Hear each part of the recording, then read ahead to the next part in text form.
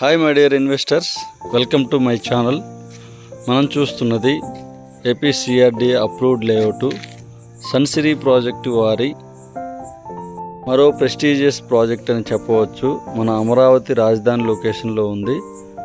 మన నాగార్జున యూనివర్సిటీ నుంచి తాడికొండ వెళ్ళే రూట్లో ఈ ప్రాజెక్ట్ని లాంచ్ చేశారు. మొత్తం 3 బ్లాక్స్గా డివైడ్ చేశారు.